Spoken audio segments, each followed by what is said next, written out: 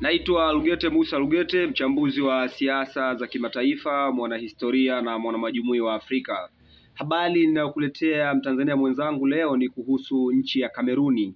Wote tunafahamu kwamba taifa la Kameruni linaelekea uchaguzi na rais wa Kameruni aliyepo madarakani anaitwa Bwana Paul Biya, ambaye amekuwa rais wa taifa hilo tangu mwaka 1982, ni zaidi ya miaka 43 yuko madarakani, na Bwana Paul Biya anategemea kugombea urais. Na ukumbuke kwamba Paul Biya amezaliwa mwaka 1933 na ana miaka 92 na anataka kuendelea kuwa rais wa Kameruni.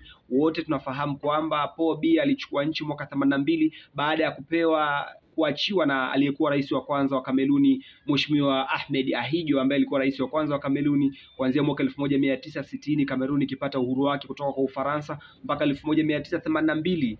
Kwa kutoka 82 mpaka leo taifa la Ufaransa linaloongozwa na Paul Biya.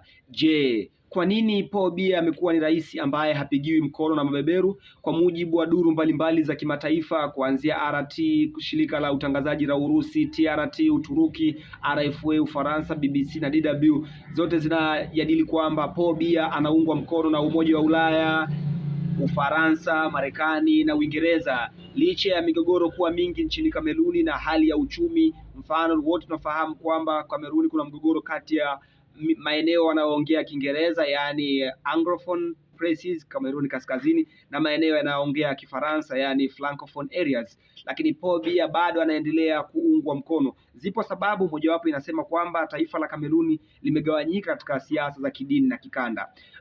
Ukiangalia Kameruni ya kaskazini ambayo inapakana na Chad pamoja na Nigeria, 80% ya wakazi wa eneo hilo ni Waislamu. Ndiko alipotoka rais wa kwanza wa Kameruni Bwana Ahmed Ahidjo. Ukija kusini mwa Kameruni ambapo 100% wakazi wa kusini ni Wakristo wa kanisa la Katoliki, na ukija kuangalia population ya Kameruni karibu 82.4 ya watu wa Kameruni ni Waislamu. Ndio maana Paul Biya amekuwa akiungwa mkono na kanisa la Katoliki na Umoja wa Ulaya. Hata hivyo wamekuwa hawampigii kelele kwa sababu amekuwa akichota rasilimali ikiwemo miti na madini kwa ajili ya Ufaransa na mataifa mengine ambayo yanawekeza, na ndio maana husikii Umoja wa Ulaya, Marekani na jumuiya ya kimataifa ikimpigia kelele Paul Biya. Jiulize, Paul Biya ana umri wa miaka 92 na bado anataka kuendelea kugombea kwenye uchaguzi wa mwaka huu. Je, Kameruni hakuna vijana wengine ambao wanaweza kulipigania taifa hilo kiuchumi na kijamii?